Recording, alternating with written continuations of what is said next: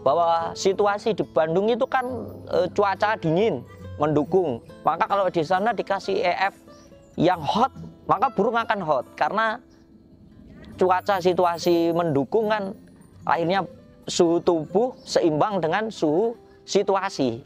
1 tahun menjadi imam, kemudian baru saya bergabung dengan TNI, daftar di jalur perwira karir. Nah, saya itu memberanikan diri sebenarnya. Hitungan saya itu tidak akan keterima. Sekali lagi ya, hitungan saya sebagai manusia tidak akan keterima. Tapi lain lagi ceritanya. Sampai sekarang malah saya jadi masuk di institusi militer.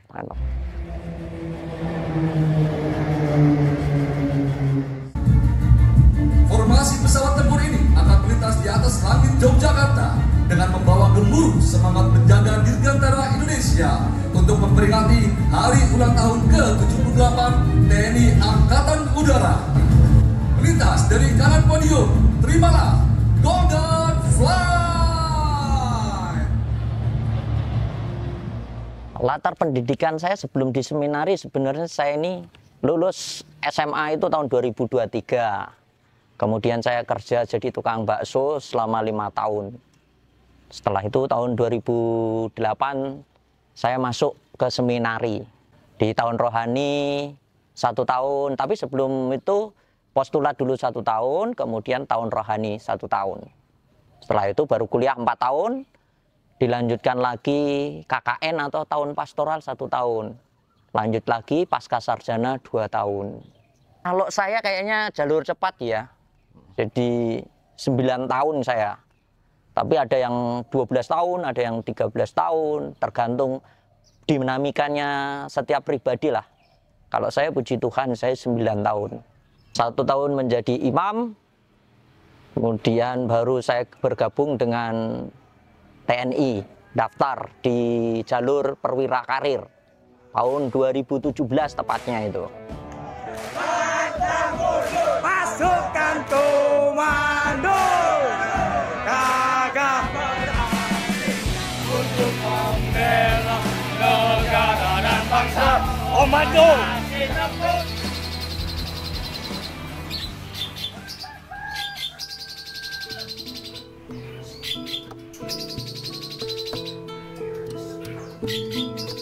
Hobi Romo memelihara burung-burung ocehan. Oke. Itu mulai kapan sih Romo mulai suka dengan burung? Iya. Sebenarnya kalau ditanya mulai suka jadi bingung karena leluhur saya yang dari mama, dari ibu saya itu simbah saya itu suka dengan merpati. Ya, merpati. Kemudian punya anak 3, 5. Mama saya nomor 3. Nah, mama itu hobinya juga pelihara, mau pelihara mentok, mau pelihara burung. Di rumah juga ada di Lampung, burung perkutut sama burung derkuku sama puter. Nah, di antara anaknya mama itu, turunannya itu, saya yang paling hobi. Maka kalau ditanya kapan, ya mungkin karena darah saya udah darah dari leluhur ya, jadi suka burung, sudah pelihara.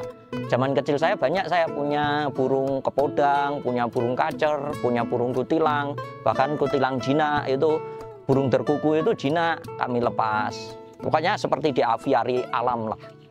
Tuh, sampai sekarang.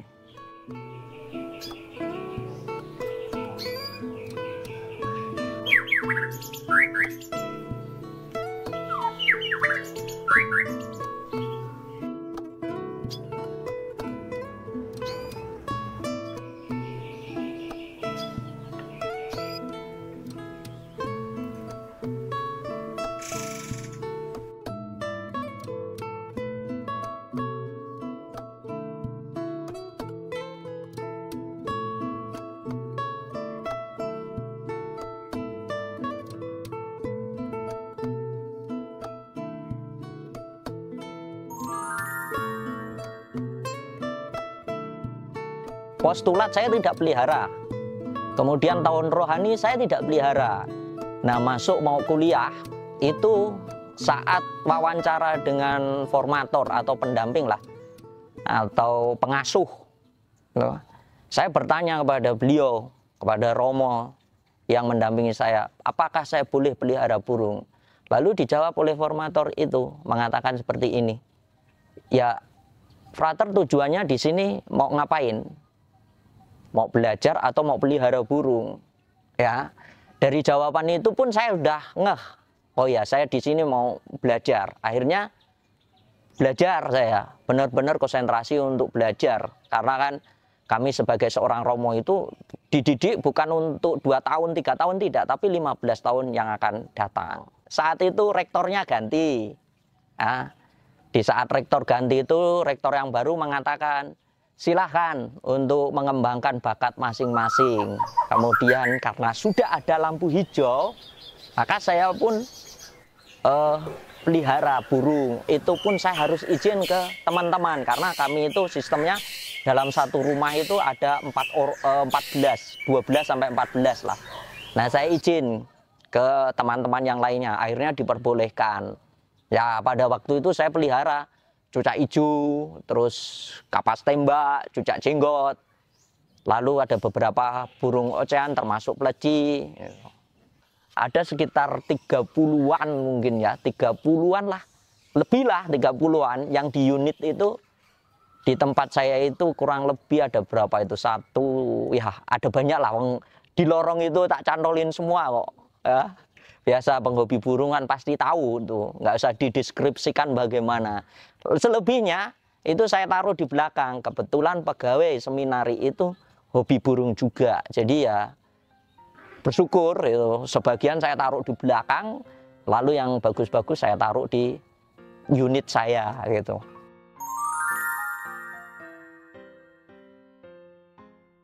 Sampai sekarang saya tidak merokok. Nah, lalu uang saku saya kumpulin setiap bulannya. Pada waktu itu zaman saya tahun 2008 itu 25.000, kemudian naik menjadi 30, kemudian 50, terakhir saya mengalami 100.000. Nah, uang itulah yang saya gunakan untuk beli jangkrik, beli pisang, untuk biaya operasional burung-burung saya itu. Selebihnya ya biasalah dari lomba. Jamnya makan siang saya tidak pernah makan siang pada waktu itu. Mau lomba burung gantang cucak hijau. Tapi kalau hasil ya ada yang saya kasihkan ke bendahara, juga ada untuk operasional. Jam makan siang sama tidur siang itu pasti saya lomba burung. Kalau pas jam stres, kerjaan tugas, tuntutan intelektual, nilai akademisnya itu kan membutuhkan refreshing, maka refreshing saya ya lomba burung. Saya pada waktu itu pegang 2 pleci sama cucak hijau. Itu yang sering kali kalau saya dulu ngarit lah. Ya digoreng itu sudah zaman pada waktu itu sudah ngalami digoreng, tapi ya diam sajalah.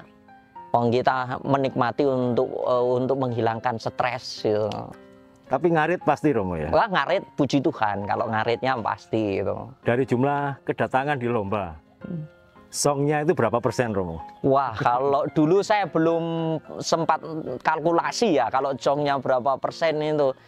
Ya saya masih beruntung lah, 60% itu saya selalu konser. Ya 40% itu song, amsyong.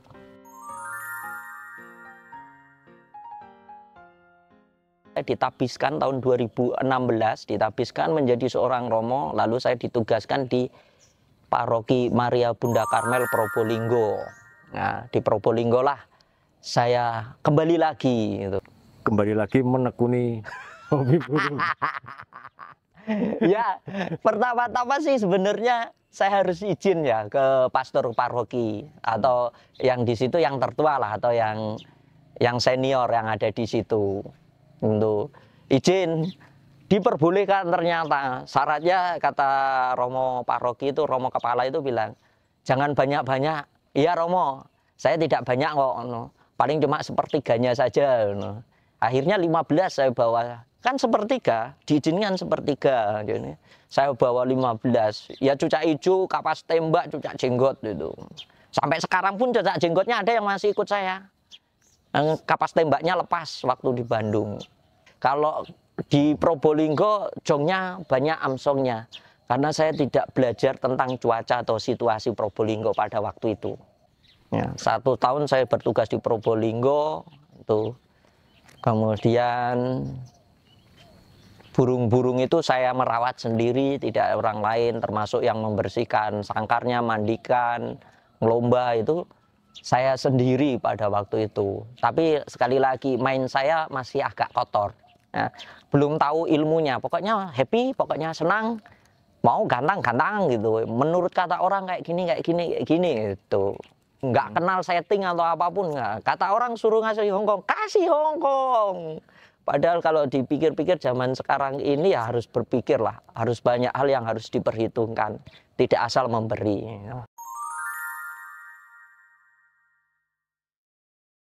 Sebenarnya runtut ceritanya itu seperti ini ya. Pada waktu itu Romo Yos Bintoro itu mempresentasikan kebutuhan tenaga rohani di lingkungan TNI Polri di sidang KWI pada waktu itu. Nah, salah satu yang menanggapi adalah Keuskupan Malang. Keuskupan Malang melalui Monsinyur Pidiarto meng-share di grup akan kebutuhan tenaga pendamping rohani di TNI Polri. Nah, salah satunya saya itu memberanikan diri sebenarnya. Dengan hitungan semua itu sudah, hitungan saya itu tidak akan keterima. Sekali lagi ya, hitungan saya sebagai manusia tidak akan keterima. Tapi lain lagi ceritanya. Sampai sekarang malah saya jadi masuk di institusi militer.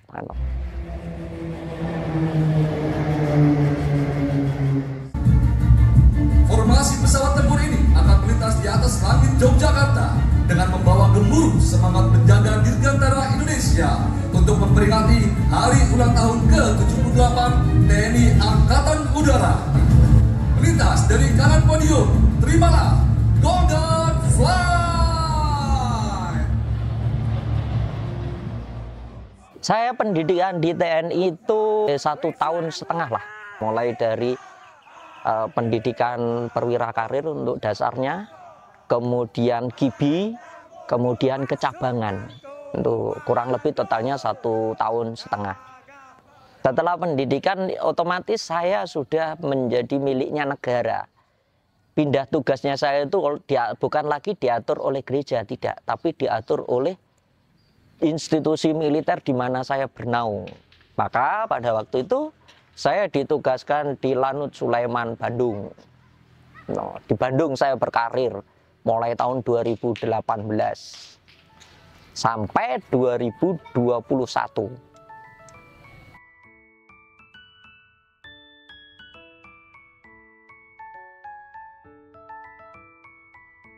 Burung yang di Probolinggo terus bagaimana nasibnya, Romo?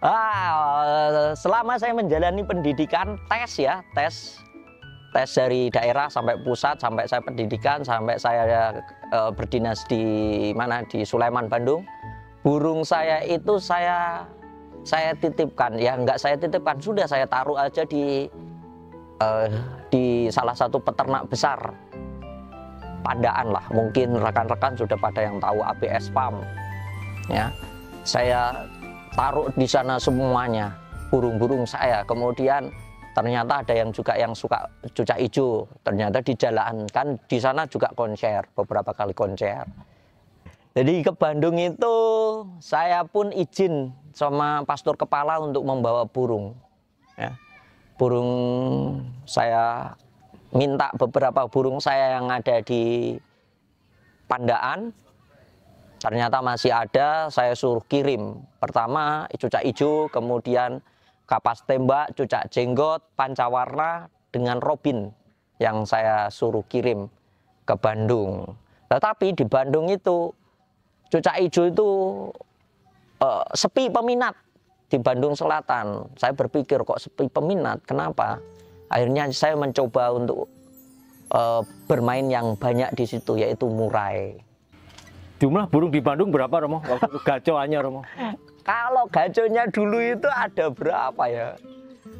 Sebenarnya kalau di total itu ada burung 16, tapi yang jalan itu hanya 2 atau 3 lah. Itu murainya loh 16, belum belum dengan burung masteran. Kalau di total semuanya dengan burung masteran itu hampir 60 sangkar.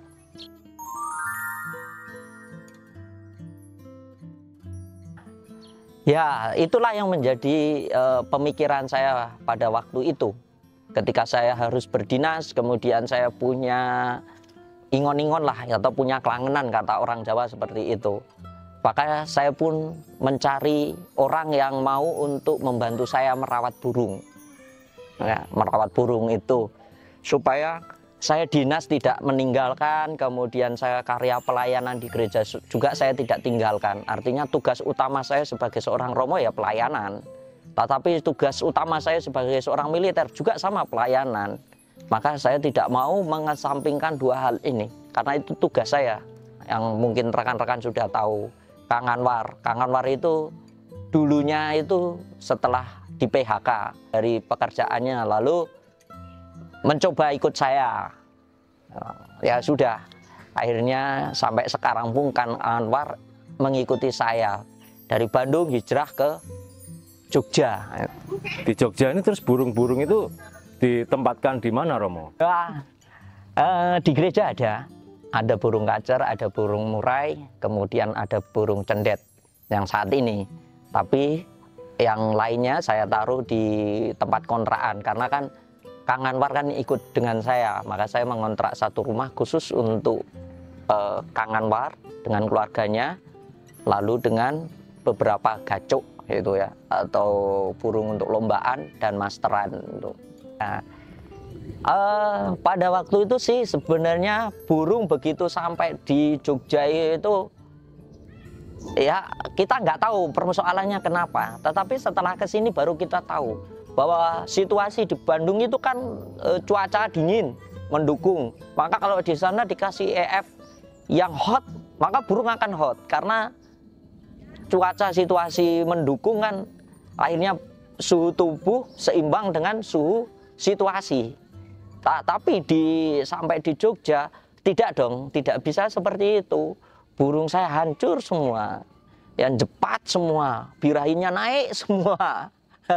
Karena kan cuaca di Jogja ini itu loh, panasnya, hotnya itu ya nggak minta ampun lah istilahnya. Nah, maka kita pun merubah settingan itu. Saya ingat dengan pasti datang di sini, tidak beberapa lama kemudian saya sekolah di Bogor.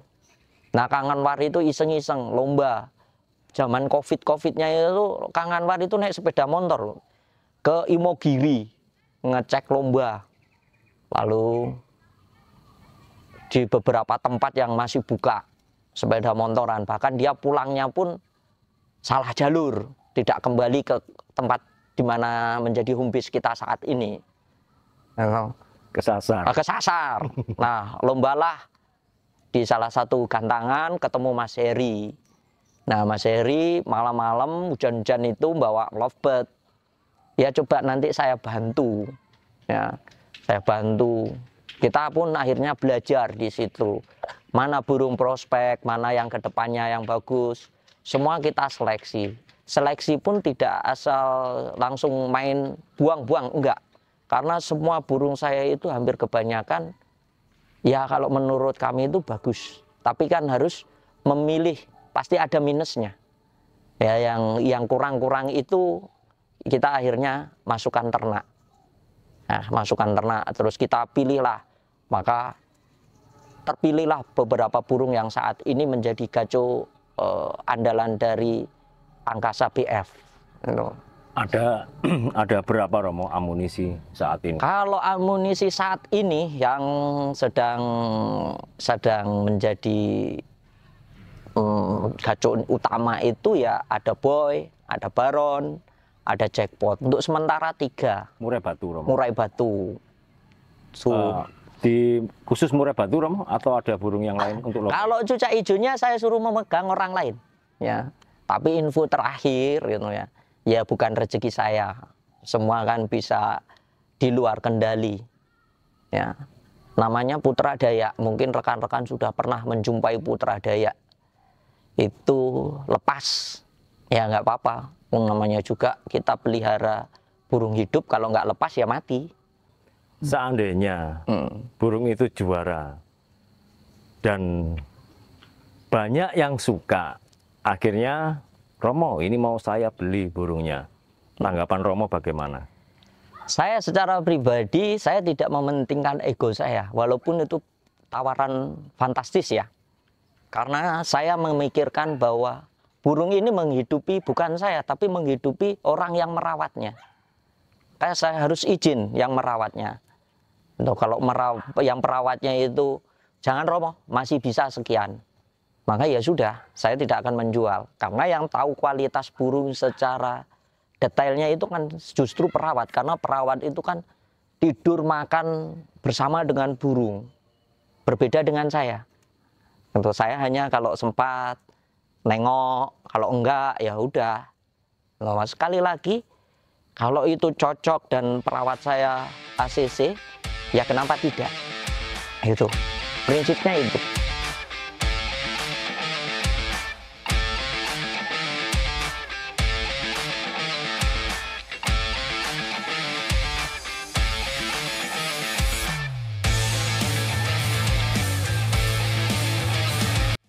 Hai Sobat Lintas Hobi dimanapun Anda berada, ya, begitulah ceritanya sejarah perjalanan saya sebagai seorang penikmat penghobi burung, kicau mania, hijrah dari Bandung ke Yogyakarta. Sekali lagi, ikuti perjalanan saya, hanya ada di Sahabat Lintas Hobi. Salam Kicau Mania Lintas Hobi.